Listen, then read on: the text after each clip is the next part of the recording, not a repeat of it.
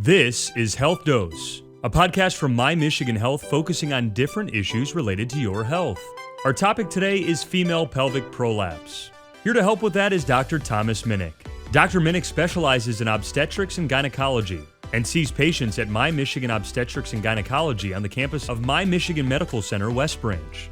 So Dr. Minnec, let's start today by simply asking, what is female pelvic prolapse? In the female pelvis, it can be divided up into three different compartments or areas. The first would be the anterior compartment, then the apical compartment, and the posterior compartment. The anterior compartment would consist of the organs such as the urethra and the bladder. The apex of the vagina would consist of the uterus, and if that uterus is absent, then the vagina. And then finally, the posterior compartment would consist of the rectum. Prolapse is essentially a dropping of the organ in that compartment. The organs are held in place by muscles and connective tissue, and when there's failure in those tissues, then the organ can prolapse such that you would have a bladder falling out of the vagina. Specifically for the apical compartment, it would be the uterus dropping or the top of the vagina falling out. And then finally, in the posterior compartment would be the rectum bulging into the vagina. And so what are the causes that lead to some of the things you're discussing right there? The biggest cause would be childbirth. Then you also have menopausal status, lack of estrogen. Age also has a major impact, as well as genetics. From a lifestyle, heavy lifting, patients who work on the assembly line are lifting 15-pound objects 100, 200 times a day. Chronic constipation, where they're bearing down, that puts pressure on the pelvic floor. And then finally, someone who has a medical condition such as a chronic cough from asthma, COPD, chronic smoking, all those forces in the abdomen that push on the pelvic floor will cause the organs to fall down. Dr. Thomas Minnec is with us from My Michigan Medical Center, West Branch, talking about female pelvic prolapse today. You just started to touch on some symptoms there, too, as a part of our question about causes. What are some other symptoms that patients may be feeling and think, okay, this might be for me? The biggest thing that I've heard over my career is they feel something in their vagina, a bulging, a fullness. As they shower, they can feel something coming down. So that's probably the biggest, that something is happening, is they can feel something. Another complaint would be they have trouble completely draining their bladder. They can't get all the urine out. No matter how hard they push, and the more they push, less comes out. Another complaint would be the same thing with stool, evacuating during a bowel movement. They can't get all the stool out. And then I would say the last biggest complaint would be just a lower back pain, just pressure. And are there multiple types of female pelvic prolapse that you Sure. work with? As we mentioned earlier, we had talked about the different compartments. So in the process of evaluating the pelvis, patients can just have the bladder coming out, and that's it. And most times patients will think it's their bladder, but then during an examination, you can actually see that it's the uterus coming down as well. Or most of the time, it's a combination of all three things, where you have the bladder coming down, the uterus, and even the rectum bulging into the vagina. And so for yourself and the folks that work with you at My Michigan Medical Center, West Branch, how do you go about diagnosing it when patients come in for a checkup? The very first thing is what we were alluding to earlier, is just starting with a history and asking what symptoms they have.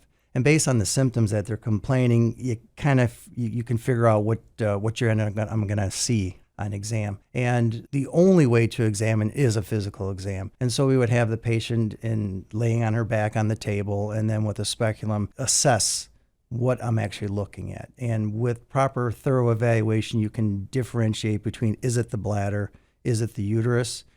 As I mentioned earlier, if the uterus is gone, then it's the top of the vagina that bulges down, and then finally the rectum. So each one of those compartments need to be looked at to figure out what the problem is, because then the treatment is based on what the actual symptom or what they actually have on exam.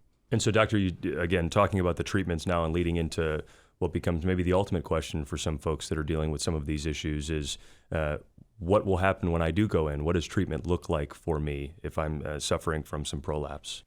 What I have found over the last 24 years of doing this is patients are they're a little scared as to what's this bulge, what's coming out of me. And after the examination is done and I'm able to find out what exactly is wrong, treatment is very simple. I like to keep things in threes because I can only remember three things of anything. The first one is don't do anything. as long as you can urinate and get the urine out and don't have chronic bladder infections, because with a prolapsed bladder, there is the possibility that they're not completely draining the bladder, which then could lead to urinary tract infections and higher tract infections. So as long as they can drain their bladder and as long as they can get the stool out, then you don't have to do anything.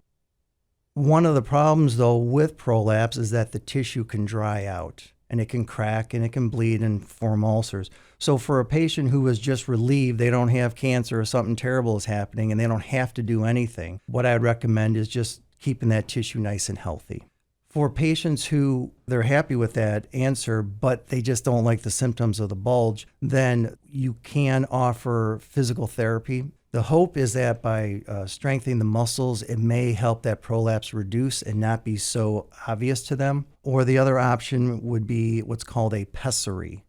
And it's a device that fits inside the vagina and pushes everything back in place. The analogy that I use to help describe what a pessary is like is analogous to a woman wearing a bra. If they want support, they put the bra on. If they don't want to support, then they don't need to wear a bra. Same thing with the pessary. If they're just having a day in front of the fireplace reading a book, then they don't need to put the pessary in. If they're going to be out doing different things and they want that extra support, then the pessary can be put in. With the pessary, most patients can manage it on themselves. They can take it out, clean it, put it back in. For some of my older patients who physically can't do it or choose not to do it, then that's something they would come into the office for a quick appointment, and I would take it out, inspect the tissue to make sure it's healthy, put the pessary back in, and they're back on their way out in 15 minutes. Very straightforward, very easy to use. And in fact, I tend to talk a lot of patients out of surgery, which is the final treatment, because, operations have risks. And if you don't need to undergo those risks, or if the benefits are outweighed by the risks, then we have an alternative, which is a pessary. In the past, pessaries were meant for great-grandma who was in the nursing home who had a prolapsed uterus and nobody wanted to deal with her, so they just throw a pessary in and leave her on her own. What I found in our society right now, that everyone is so busy, no one has time for an operation, doesn't want to take time off. Here in Michigan, we only get a couple nice weeks of weather, and patients want to be gardening or working on their yard, and they don't want to be laid up for an operation. So pessaries are a great way to get the symptomatic relief without taking the risks of operating, the recovery time, and the healing phase. The final option, though, is if they want to do something, they've tried the pessary, didn't like it, or they want something more definitive, then that's where we get into surgical correction. What I try to do is, again, based on the physical exam, where you find out which organ is failing, then we address all the organs that have prolapse, whether it be the bladder, the uterus, the vagina, or the rectum. It's a custom operation where you custom tailor fixing the problems in such a way that everything goes back to where it belongs. So Dr. Minnec, last thing then is, what in the stage do patients start to see you, and is there a referral needed? How can they start to get treatment for this? It's never too early and it's never too late to be evaluated. If a patient feels that she has something going on, what I've found in my experience is it's just the understanding of what it is and the relief that it's nothing bad. So whether the patient has a small bulge or everything is falling out, like I said, it's never too early or too late. Most patients just want to know that they're okay and there's nothing wrong. And then they move on to, well, how can you fix it? So if a patient has an issue, they are always welcome to come to my office. We're definitely taking new patients and seeing anybody who needs the help that they're looking for. Again, a special thank you to Dr. Thomas Minnec on this edition of Health Dose, a podcast from My Michigan Health focusing on different issues related to your health. As always, if you have health concerns, you should check in with your primary care provider. If you need help finding a primary care provider, go to mymichigan.org/doctors.